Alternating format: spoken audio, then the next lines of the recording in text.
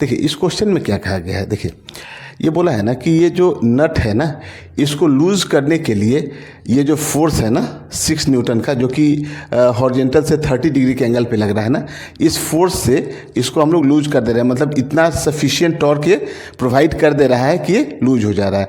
तो ये बोल रहा है कि अगर इस फोर्स के जगह पे यहाँ पे इसके एंड पे यहाँ अगर कोई फोर्स लगाए, ठीक है, तो इसकी मिनिमम वैल्यू क्या होगी कि इसको वो लूज कर सके। तो जो जितना टॉर्क इसके कारण यहाँ बन रहा है उतना ही टॉर्क बनना चाहिए इसके कारण। तो देखिए इसका हम लोग टॉर्क निकालते हैं, तो इस फोर्स का एक कंपोनेंट इधर होगा और एक कंपोनेंट इधर होगा ना।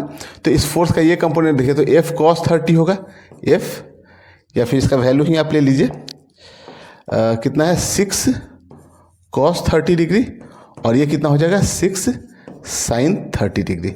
6 sin 30 मतलब 6 इंटू 1/2 यानी कि 3 न्यूटन, है ना। तो देखिए ये फोर्स इसी फोर्स का टॉर्क होगा, ये फोर्स तो इसी से पास हो रहा है ना, तो इस फोर्स का टॉर्क जितना होगा ना उतना ही हम लोग का टॉर्क इस फोर्स से निकालना है यहाँ पे। तो देखिए टॉर्क का फॉर्मूला क्या होता है, टॉर्क इज इक्वल टू होता है फोर्स इंटू परपेंडिकुलर डिस्टेंस, है ना, परपेंडिकुलर डिस्टेंस। तो यहाँ से हम लोग फोर्स देखिए कितना लग रहा है 3 न्यूटन का, और परपेंडिकुलर डिस्टेंस कितना हो गया यहाँ से यहाँ तक 8 सेंटीमीटर, है ना। तो सेंटीमीटर में ही रहने देते हैं, ठीक है। तो यहाँ से कितना आ गया 24, समझ में आ रहा है ना।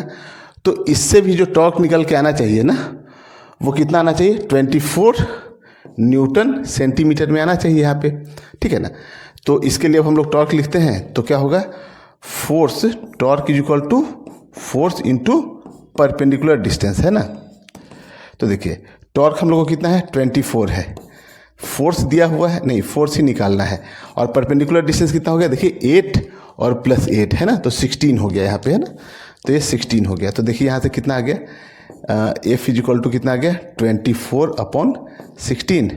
तो जब हम इसको सिंप्लीफाई करें तो कितना आ जाएगा 8 से 2 टाइम्स में, ये 3 टाइम्स में, है ना। तो F इज इक्वल टू निकल के आ गया 3/2 न्यूटन। समझ में आ रहा है, ठीक है।